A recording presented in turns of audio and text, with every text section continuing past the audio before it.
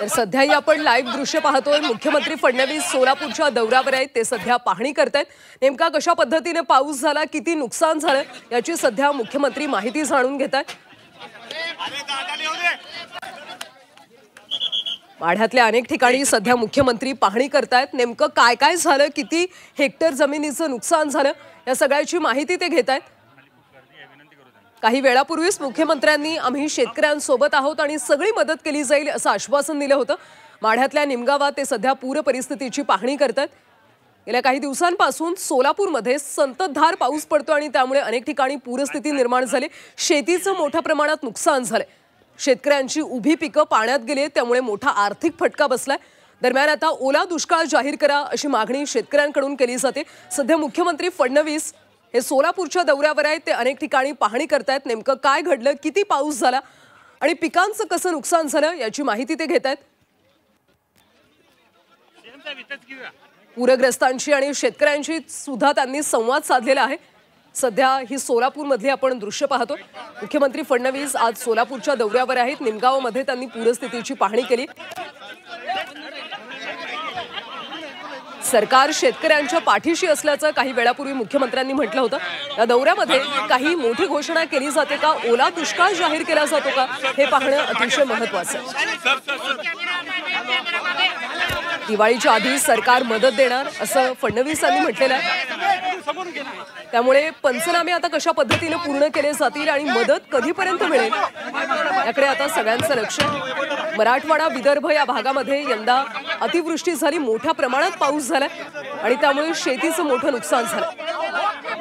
अनेक ठिकाणी अक्षरशः जमीन खरवडून गेली, उभी पिकं पाण्याखाली गेली। त्यामुळे आता सरकार कशा पद्धतीची नुकसान भरपाई देतं हे पाहणं महत्त्वाचं आहे। काही निकष लावले जातात का याकडे सुद्धा लक्ष आहे। काही वेळापूर्वीच तातडीची मदत केली जाईल आणि सरकार शेतकरी आणि पूरग्रस्तांच्या पाठीशी असल्याचं मुख्यमंत्री फडणवीसांनी म्हटलं होतं।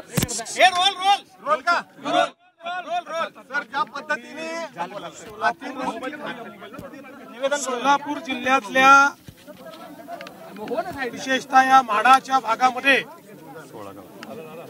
काही गावांना आम्ही आता भेटी दिलेल्या आहेत। मोठ्या प्रमाणात पुरामुळे हानी झालेली आहे। शेतीचं तर नुकसान आहेच, पण घरांमध्ये पाणी गेल्यामुळे अन्नधान्याचं, घरातल्या सामानाचं देखील मोठ्या प्रमाणात नुकसान झालंय। आता आपण ज्या ठिकाणी आहोत तिथे मागच्या भागामध्ये जवळपास एक पूर्ण वसाहत जी आहे छोटी, ती पाण्याखाली बुडलेली आहे। 22 लोकांना रेस्क्यू देखील एनडीआरएफने केलेला आहे।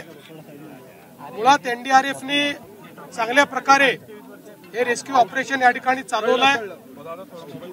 नागरिकांमध्ये फार चिंता आहे, आक्रोश आहे, कारण मोठ्या प्रमाणात नुकसान झालेलं आहे। राज्य सरकारच्या वतीनं आम्ही तातडीनं मदत सुरू केली आहे। कालही आम्ही जवळपास 2000 कोटी रुपये रिलीज केलेले आहेत आणि शेतकऱ्यांना तर आम्ही मदत करणारच आहोत, पण त्याचसोबत आम्ही ज्यांच्या घरांचं नुकसान झालेलं आहे, ज्यांच्या अन्नधान्याचं नुकसान झालं आहे, अशांना देखील आम्ही मदत करणार आहोत। शासनाने हा निर्णय केलेला आहे की कुठलेही अधिकचे निकष न लावता आणि कुठे आवश्यकता असेल तर निकष शिथिल करून नागरिक केंद्रित मदत करायची आहे। केवळ नियमांवर बोट न ठेवता नागरिकांना आणि शेतकऱ्यांना मदत होईल, शेतमजुरांना मदत होईल अशा पद्धतीनं मदत करण्याचे निर्देश आम्ही दिलेले आहेत। आणि पहिल्यांदाच आपत्ती सुरू असताना ऑलरेडी आम्ही पैसे रिलीज करणं सुरू केलेलं आहे।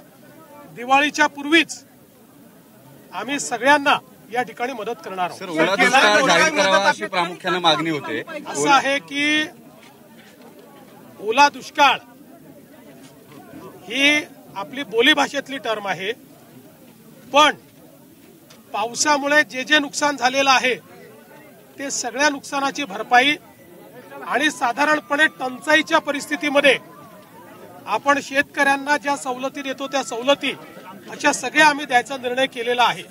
त्याच्यामुळे सगळ्या प्रकारच्या सवलती आम्ही देऊ. प्रामुख्याने कर्जमाफी केंद्राची मदत अपेक्षित आहे का सर यापर्यंत? आता पहिल्यांदा तातडीची मदत हा महत्वाचा विषय आहे.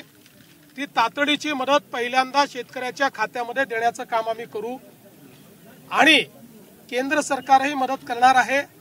आपल्या माहितीकरता मी सांगतो की NDRF मध्ये काही ऍडव्हान्स पैसे केंद्राने आपल्याला दिलेले असतात जे आपण खर्च करणं चालू केलंय आणि आपण जे काही पैसे खर्च करू त्यातले जे त्यांच्या नावामध्ये बसतात ते आपल्याला ते प्रतिपूर्ती करतात. मागच्याही काळामध्ये तसंच झालेलं आहे आणि हे त्यांच्या नावामध्ये बसत नाहीत, आपल्या नावामध्ये बसवून आपल्या निधीतनं ते पैसे देतो. त्यामुळे या ठिकाणी काल मंत्रिमंडळात चर्चा झालेली आहे आणि याकरता जो काही निधी लागेल तो देण्याचं आश्वासन मंत्रिमंडळाने दिलेलं आहे. सर आता इथे जी पूर परिस्थिती झालेली आहे, कोळेगाव नावाचं जे धरण आहे त्यातनं 160% भरलेलं असताना पाणी आधी सोडलं नाही आणि अचानक एकदम पाणी सोडून दिल्यामुळे हा फटका बसला. असं आहे की पाण्याच्या संदर्भात पाऊस हा ढगफुटीसारखा जेव्हा होतो त्यावेळेस रेग्युलर नियोजनाने पाणी सुटत नाही. तथापि या संदर्भातही आम्ही काही कुठे कोणी चूक केली आहे का, पाणी योग्य वेळी सोडलं नाही का हे तपासून बघू.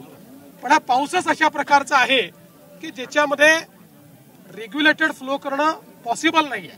रेग्युलेटेड फ्लो केला तर दुसऱ्या बाजूला अजून मोठा पूर येऊ शकतो आणि म्हणून त्या दृष्टीनं हे काम केलं आणि अनरेग्युलेटेड कॅचमेंट जे आहे त्याच्यामध्येही ढगफुटीसारखा पाऊस झालेला आहे. त्यामुळे केवळ धरणाचा विषय राहिलेला नाही, धरणाच्या व्यतिरिक्त जे कॅचमेंट आहे त्यातही पाऊस झालेला आहे. ज्या पद्धतीने दुष्काळी भागात पाऊस पडायला लागलेला आहे सर्वच ठिकाणी ही परिस्थिती आम्हाला पाहायला मिळते. निसर्गाने काही चक्र बदललंय असं वाटतंय का? नाही, निसर्गाचं चक्र हे बदललेलंच आहे आणि वातावरणाच्या बदलाचा परिणाम या ठिकाणी होतो आहे.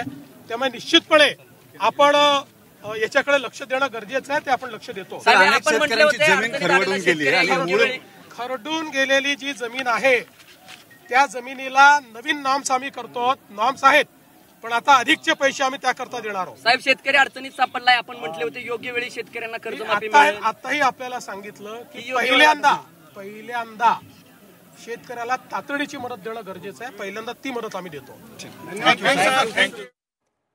अशा पद्धतीने सध्या तातडीची मदत हा महत्त्वाचा विषय असल्याचं फडणवीसांनी म्हटलंय. केंद्र सरकार सुद्धा आपल्याला मदत करणार आहे आणि शेतकऱ्यांना लवकरात लवकर मदत पुरवली जाईल असं फडणवीसांनी म्हटलंय. शेतकऱ्यांना सगळ्या सवलती दिल्या जातील. यंदा निसर्गाचं चक्र काहीसं बिघडलं आणि त्यामुळे अतिवृष्टी झाली. सध्या तातडीची मदत हा महत्त्वाचा मुद्दा आहे. केंद्र सरकारची मदत घेऊन शेतकऱ्यांना तातडीची मदत दिली जाईल असं फडणवीसांनी म्हटलं.